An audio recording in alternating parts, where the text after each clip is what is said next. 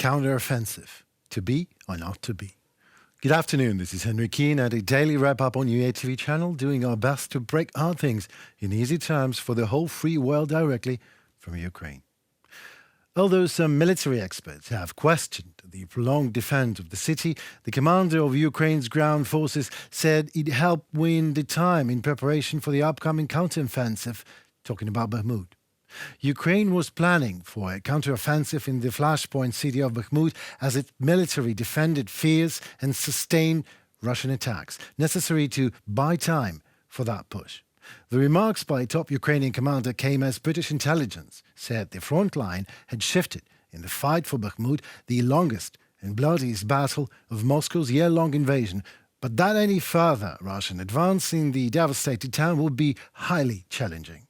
Some military experts have questioned the sense of continuing to hold the city, but the commander of Ukraine's ground forces, Alexander Syrsky, said that it helped win time in preparation for the coming counteroffensive.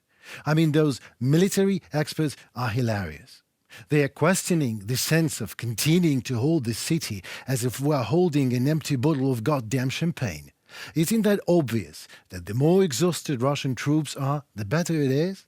And isn't it funny that it is me whose military expertise starts and ends with running to the shelter when Russian missiles are incoming, is explaining something to you, dear experts. Anyway, here is what is going on in Bakhmut.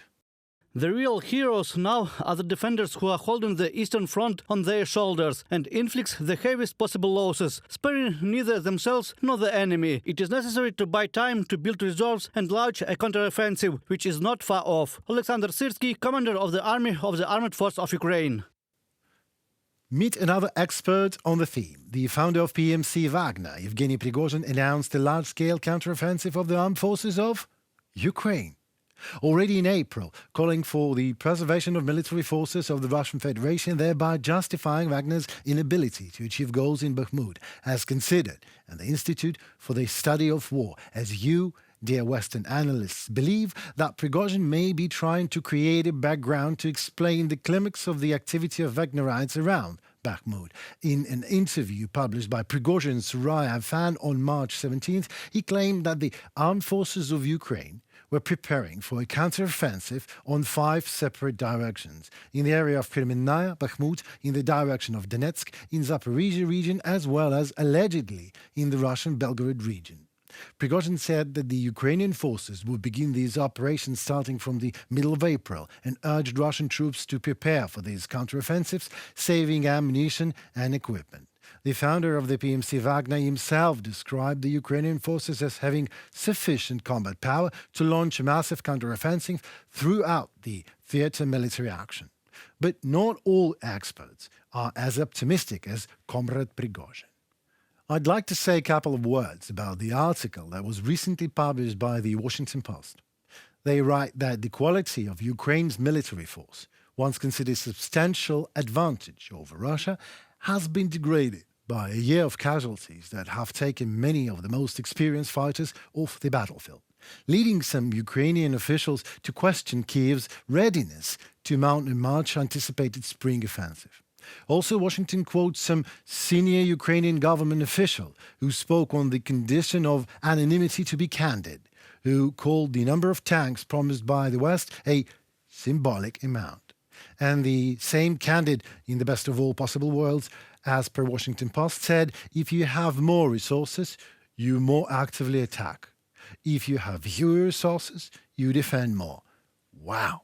I mean, these guys surely was a damn genius on his anonymous senior officials university course. Like, if you live, you're more alive. If you're dead, you're more not.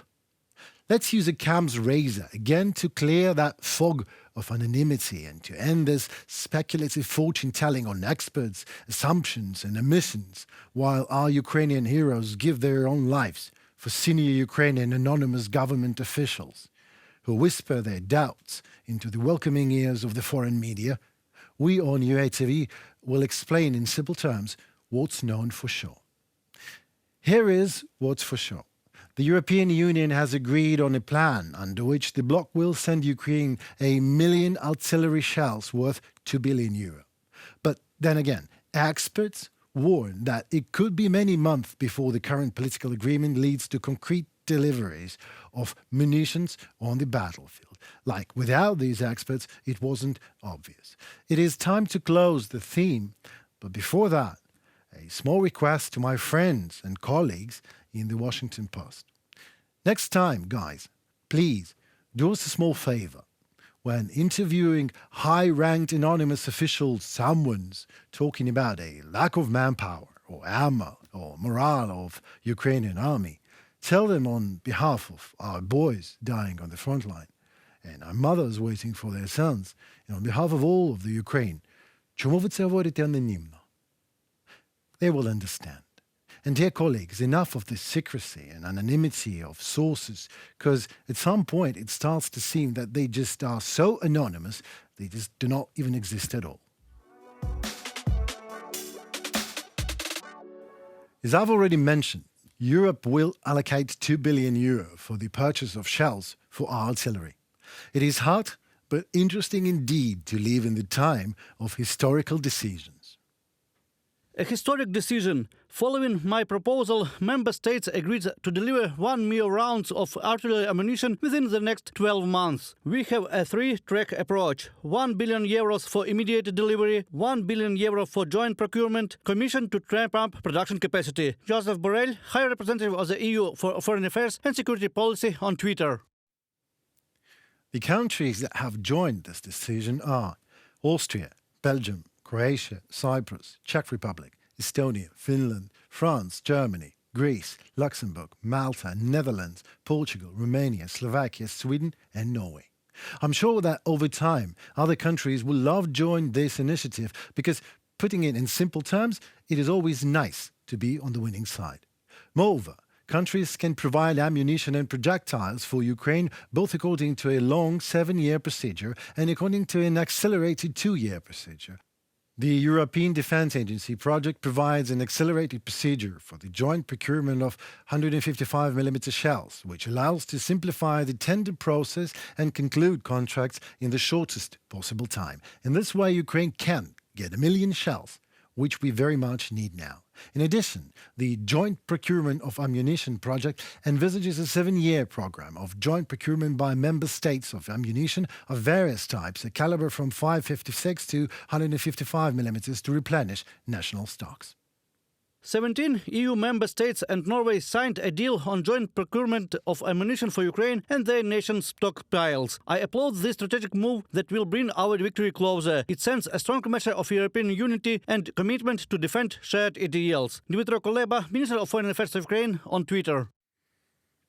Some other EU countries have already expressed their intention to join the initiative soon after the completion of national procedures.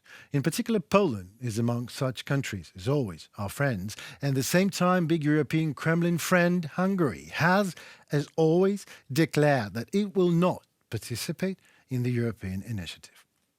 The Minister of Foreign Affairs, Péter Szijjártó, said that Hungary does not want to supply weapons to Ukraine because it wants peace. Sure, while our country can be taken by pieces, right, Mr. Szijjártó? It is good that at least they do not prevent other countries from doing good thing what they want and do not speculate on the fact that this will lead to a greater escalation of something. Because what could be a greater escalation? I don't think that this can lead to another kind of escalation. If you see at the level of brutality, rocket attacks which Russia perpetrates against the energy infrastructure, complete city razed, destroys, childs kidnapped and forcibly being Russified, how more can this escalate? I would like to note that not only Europe helps Ukraine. The day before, the US State Department announced the allocation of a new $350 million aid package to Ukraine.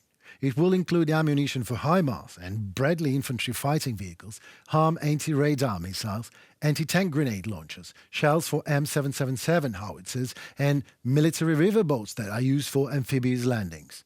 Well, what can I say? God bless America and Europe. Pro-Russian special operations did not work. Kremlin failed to destabilize its situation in Georgia, failed Russian also in Moldova. With the help of Ukraine, Chisinau have revealed the plan to overthrow the government, which was prepared, of course, by the Russian Federation, and our neighbors have finally begun to think about how to overcome the separatist regime in Transnistria. On February 13th, President Maya Sandu released details of a possible Russian plan for a military coup, which she said included attacking government offices and taking hostages. The information that Russia is allegedly preparing a special operation to seize power in Moldova was first published by the President of Ukraine, Volodymyr Zelensky, during a visit to Brussels. Zelensky added that Ukraine intelligence officers received a Russian document detailing actions and explaining who went in as a result of what actions, plans to establish control over power in Chisinau. Chisinau confirmed that, firstly, Ukraine gave them data on the Kremlin's plans, and secondly, these data was correct. Finally, Maya Sandu held an emergency press conference in Chisinau on security issues where she released even more data. I want to assure our citizens that now Moldova is not threatened with war. The Russian army cannot get here as long as Ukraine holds on and thus protects Moldova. We are grateful for the Ukrainians for their courage and love of freedom. Maya Sandu, President of Moldova. And if last week's most of the protests were in Moldova, at the beginning of March, active rallies were in Georgia. There, some pro-Russian parliament members wanted to control the mass media. Something very similar to Russian one, but it didn't work there just as well.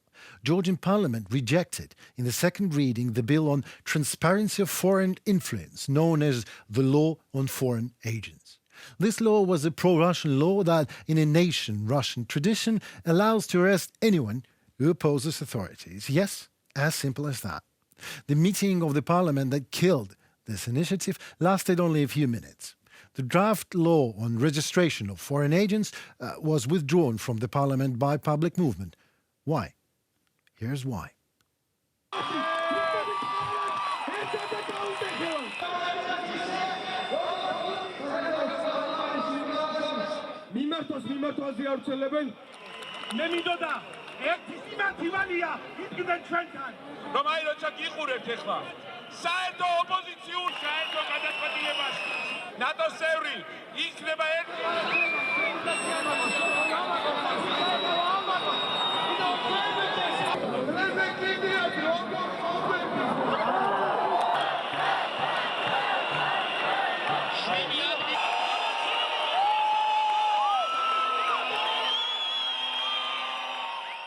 So what is wrong with pro-Russian influence in the world?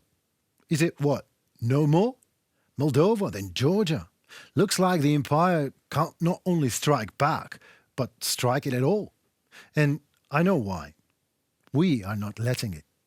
We, the Ukraine, are the example of how should any nation stand for its freedom. And the example is working.